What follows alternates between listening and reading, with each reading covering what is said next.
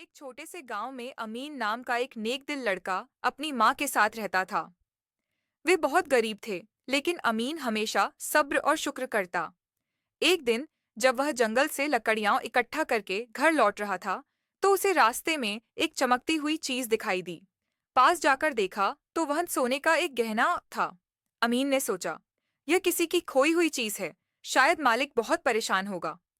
वह तुरंत गांव के चौक में पहुंचा, जहां एक बुजुर्ग हकीम साहबन बैठे थे।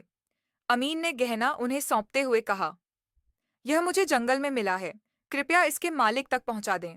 हकीम साहब बहुत खुश हुए और उन्होंने गांव में ऐलान करवाया। कुछ देर बाद एक अमीर व्यापारी आया, जिसकी बेटी का यह हार था।